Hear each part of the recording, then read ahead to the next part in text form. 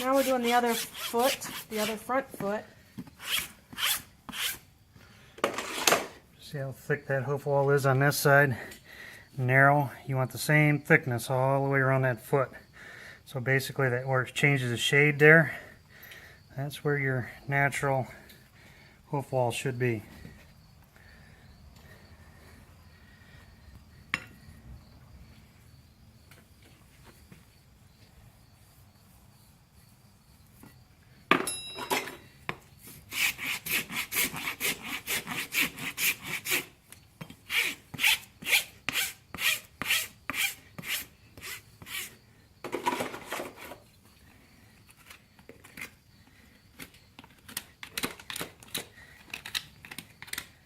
Oh, this dry, scaly sole. How do you know how far down to go on the sole? There's kind of a discussion on that. Some people want to take it right down to where it's nice and smooth. Some people want to leave the scaly, just take off the loose parts so that you offer your hoof a little more protection. What's your preference? I'm kind of an in-between type. Depends on the horse as to what I leave and take. I try to leave as much as I can because I think it is a natural protection that was designed into the animals. Then what's the point? You look in the drier season, these feet will get rock hard. They'll dry right down. It's hard to cut them with a knife. I figure there's got to be a reason for that. So if I can leave it, I'll leave it.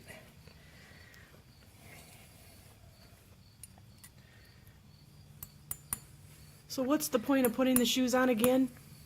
Protection. You wouldn't walk outside barefoot, would you? No. Some people will walk down the road and don't have any problem. Horses the same way. They're used to barefoot. It doesn't bother them to walk on rocks, and they may be fine.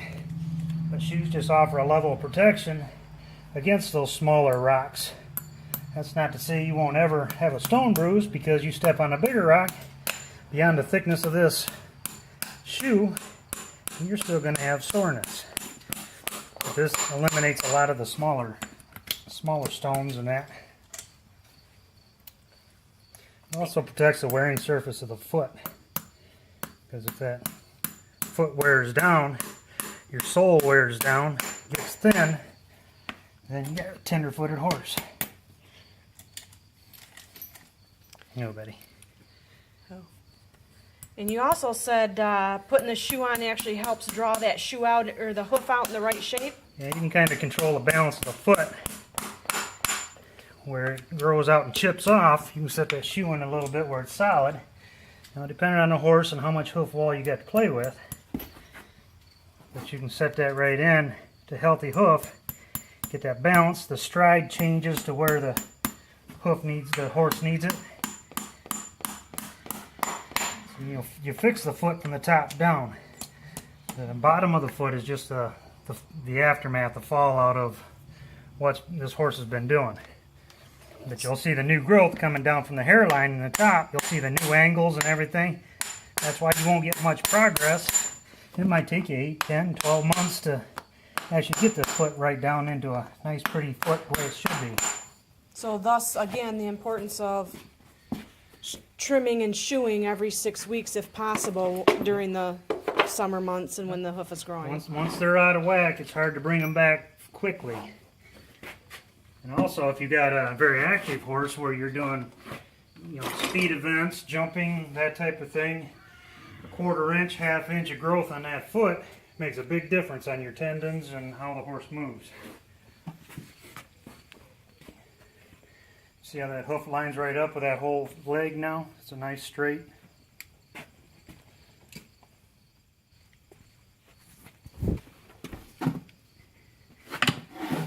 And you see how the extra hoof that's hanging out over the top from being out of balance for so long.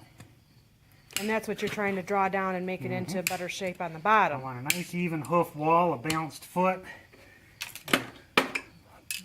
correctly moving horse.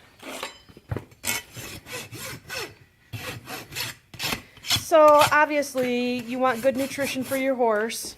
You want to feed them a little bit of fat to help those hoofs grow, and you want to feed a little bit of biotin, right, Greg? Yep.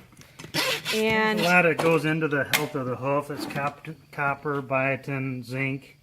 I mean, there's a lot of minerals involved in the growth. A well-balanced diet that's got all those minerals will help you out in the long run.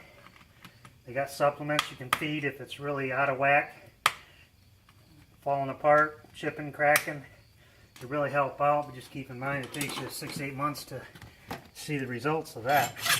But it does help. I've got a lot of horses that it's making a big difference in how their hoof holds together. so good nutrition, and then also cleanliness, keeping your horse's feet picked out, keeping them, if you do have a wet pasture or wet barnyard, if you keep their hooves dressed with something like an antibiotic or antifungal type something. Yep, just getting them cleaned out. Makes a big difference because it doesn't let that fungus get a foothold in there.